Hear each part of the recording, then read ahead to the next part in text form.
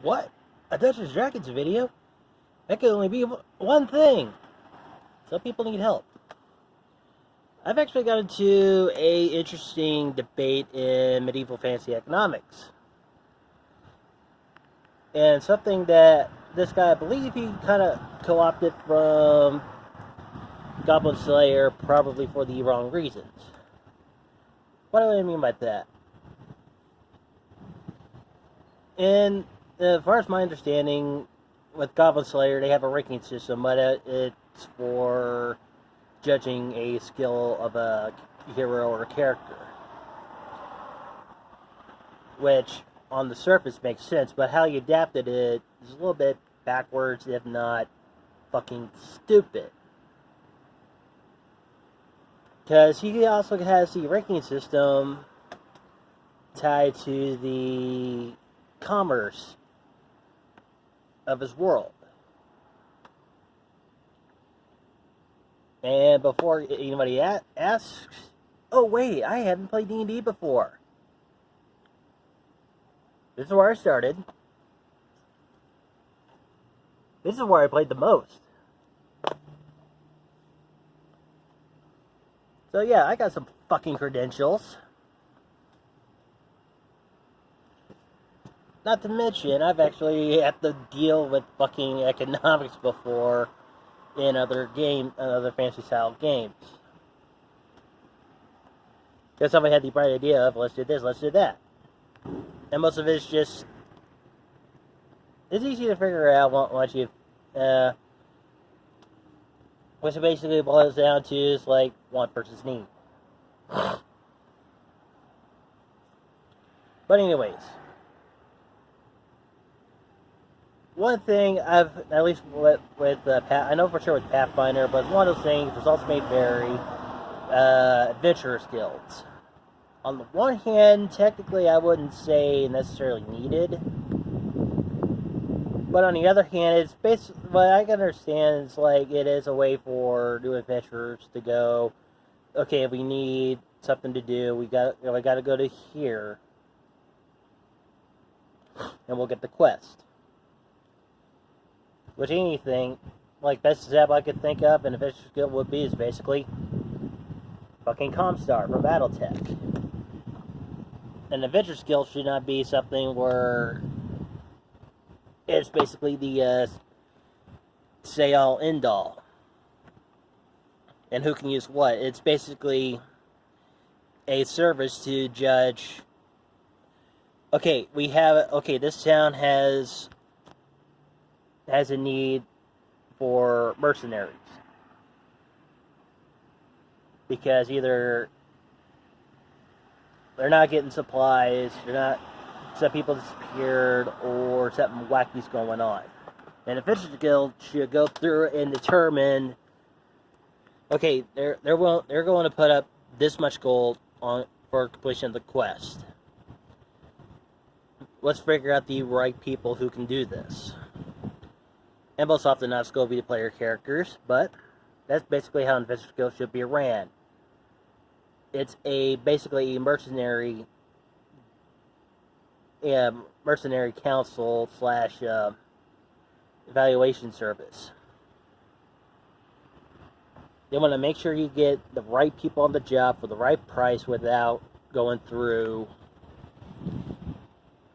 like hoping, like going to like a local tavern and hoping that this one guy will actually go out and do his thing with and at least complete the quest, if not at least give us some sort of report of, okay, I got to this far, here's what I know. Unfortunately, I haven't completed the quest, but here's some more information on where they're at, positions, and whether or not any hostages are alive or not. And adventure skills should not control commerce. How this guy got set up, you gotta be a certain ranked hero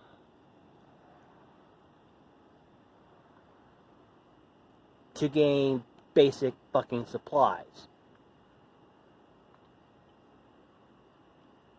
here's the thing. There's a difference between low rank and low level. Starting with low level, it'd be roughly around 1 to 5. You yourself know that, okay, I am this strong. I probably won't be able to take on a fucking dragon. Low rank is, I've been judged about this low, when my level is about up here. That is ranking, not level. Unless the party is absolutely new to the game, where they have no clue what they're doing, a good chunk of players are going to realize that, yeah, I'm this level. I'm not taking on a dragon. Goblins, we can probably do. Not a dragon right off the bat. And not to mention, a adventure skill should not control commerce. The example that was given was, a party has platinum and gems. They go to the merchant. They know they don't have the gold in that amount, but they got these gems and platinum that they can use. But because they're a low rank, they can't use those currencies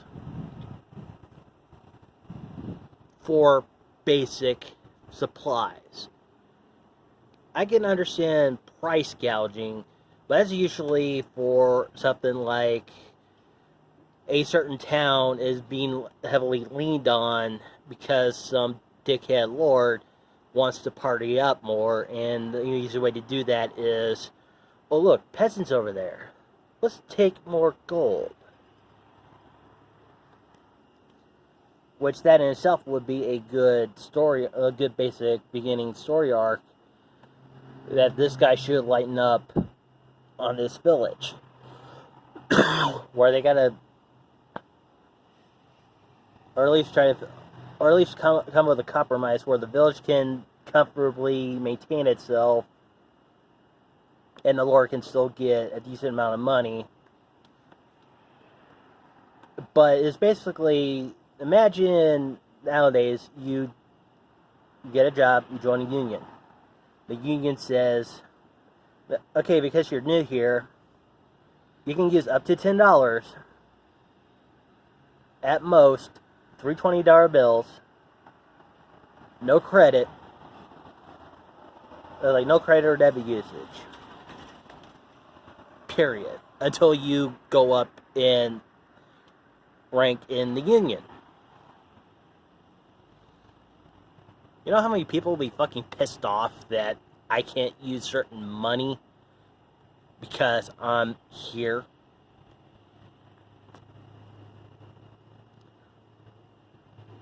But not to worry, I have a solution for everybody. In 4 easy steps, you're going to ruin any economic town that's based on rank. And a good chunk of it, since the whole point of medieval fantasy, that is, it is medieval. You should at least have some logic in that a medieval person would think this way and not in modern terms. Step number 1. This is going to be the easiest, and you're probably already doing it right now. Find sympathetic merchants. In the recap that I was watching, that they were getting transportation from this little band of poor peasants that will dress up your horse to look like a unicorn or a stag, in case you just want to ride a little bit more prettier but can't exactly afford like a phoenix to ride upon. They're going to be harder to control because those are going to be the ones that will slip through their fingers. Not just the fact they're upstart, but just the fact that they're so poor they can't even afford exotic mounts. Step number 2. Do all your shopping at a thieves guild. you should don't forget, you should always at least attend the normal shops, figure out their pricing, and whether or not merchants will be sympathetic or not.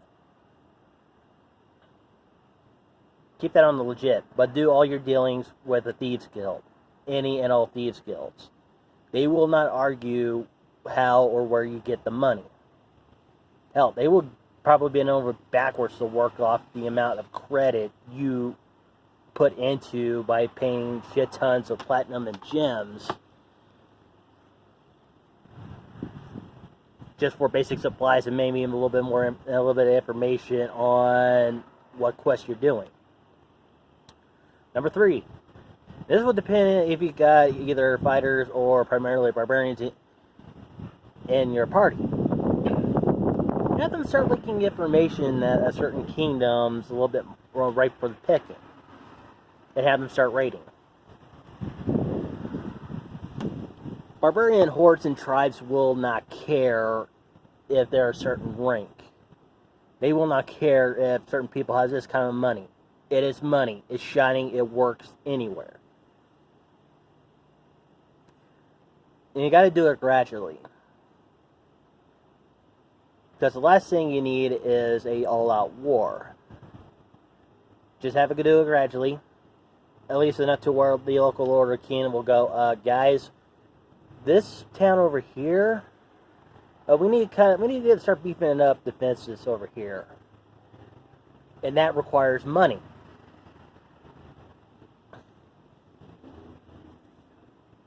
They will go through and make sure that,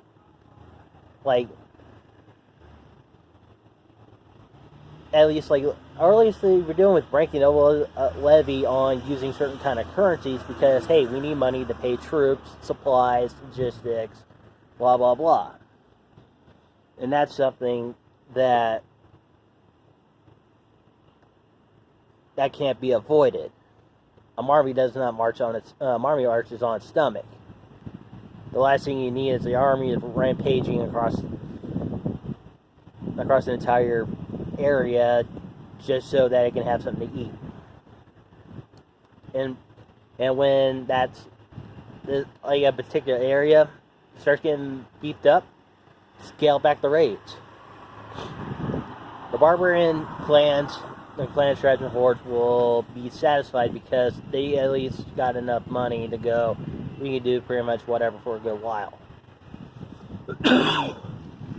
You'll be able to use whatever currency you have to do what you need to basically get basic supplies. And local lords and loyalty in the area will be happy because this is actually in a positive.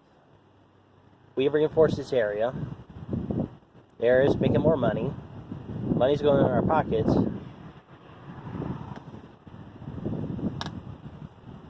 It's all good.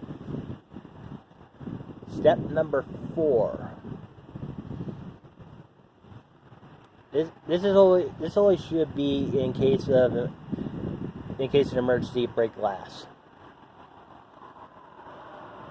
or at least normally this would be something that the story arc over in this kingdom is done. But there's no other options. Move to another kingdom. Simple. Not every kingdom is going to be the same everywhere. Unless somehow the inventor skill is that fucking powerful that it's basically a comp star, like in Battletech. It's not going to have rules everywhere. It's not going to have spies everywhere to report on, hey, these adventurers over here are using platinum.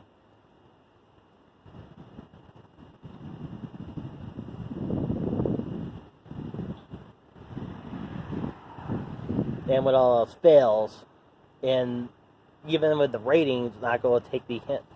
They're going to take the hint that is going to that this lord's not going to beef up defenses because he absolutely maintain the status quo of certain adventurers can use certain currencies. The rating will go out of control. You'll have to move on anyways because the whole kingdom's burning down with the lord with a stick out his ass going, it's fine, everything's fine. But yeah.